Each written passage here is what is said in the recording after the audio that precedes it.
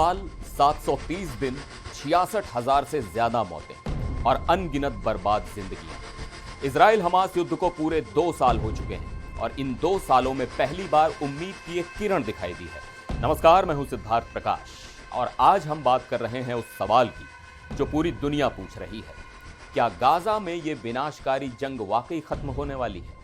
मिस्र के शर्म अल शेख में दुनिया की बड़ी ताकतें एक मेज पर बैठी हैं।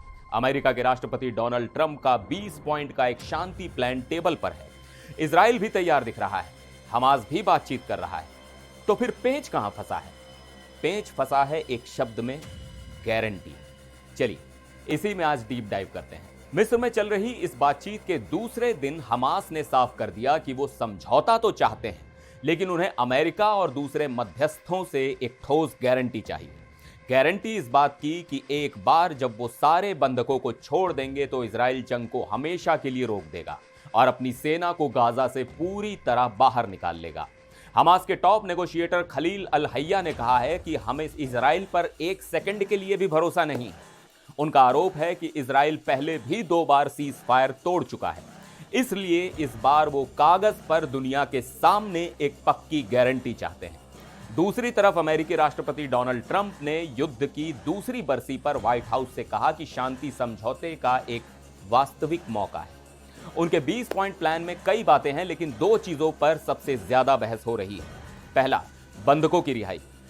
प्लान के मुताबिक हमास को अपने कब्जे में रखे 48 इजरायली बंधकों को रिहा करना होगा, जिनमें से 20 के जिंदा होने की उम्मीद है।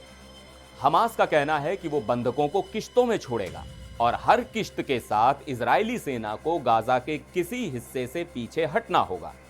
हमास की शर्त है कि आखिरी बंधक की रिहाई तभी होगी जब आखिरी इजरायली सैनिक गाजा छोड़ देगा।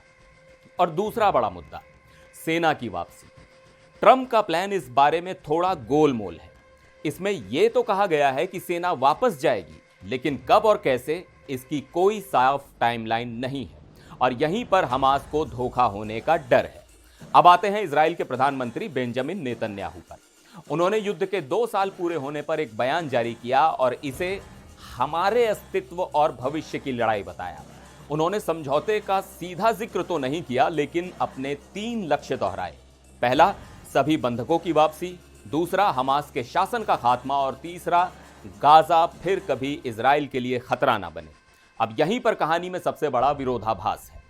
एक तरफ नेतन्याहू हमास के खात्मे की बात कर रहे हैं और दूसरी तरफ हमास जंग रोकने की गारंटी मांग रहा है। ऐसे में सवाल उठता है कि क्या यह समझौता मुमकिन भी है?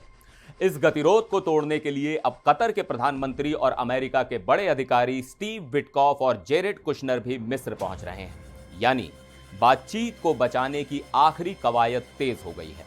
लेकिन इन बंद कमरों में चल रही बातचीत से दूर गाजा की जमीनी हकीकत क्या है? शांति की इन बातों के बीच भी गाजा पर इजरायली हमले जारी हैं। मंगलवार को भी कम से कम 10 फिलिस्तीनी मारे गए। जब से ट्रंप ने इजराइल से बमबारी रोकने को कहा है, तब से अब तक 100 से ज्यादा लोग मारे जा चुके हैं। तो सवाल सिर्फ ये नहीं है कि जंग रुकेगी या नहीं, सवाल यह भी है कि अगर जंग रुक गई तो गाजा का भविष्य क्या होगा? उसे कौन चलाएगा? बर्बाद हो चुके इस इलाके को फिर से कौन और किसके पैसे से बसाएगा? ट्रंप के प्लान में एक बोर्ड ऑफ पीस का जिक्र है, जिसे वो खुद और ब्रिटेन के पूर्व प्रधानमंत्री टोनी ब्लेयर देखेंगे, लेकिन इसका भविष्य भी अनिश्चित है। तो एक तरफ शांति की उम्मीद है, दूसरी तरफ गहरा अविश्वास। एक तरफ बातचीत की मेज है, दूसरी तरफ जंग का मैदान। हमास की गारंटी वाली शर्त इस महासमझौते की सबसे बड़ी और शायद आखिरी बाधा है। क्या अमेरिका और कतर ये गारंटी दे पाएंगे और क्या नेतन्याहू इस गारंटी को मानेंगे? इन सवालों के जवाब ही गाजा का भविष्य तय करेंगे। आपको क्या लगता है, क्या ये समझौता हो पाएगा या ये भी सिर्फ एक नाकाम कोशिश बनकर रह जाएगा? अपनी राय हमें कमेंट्स में जरूर बताइए। देखते रहिए एनडीटीवी इंडिया। फिर मिलेंगे एक और वीडियो में, तब तक के लिए नमस्कार।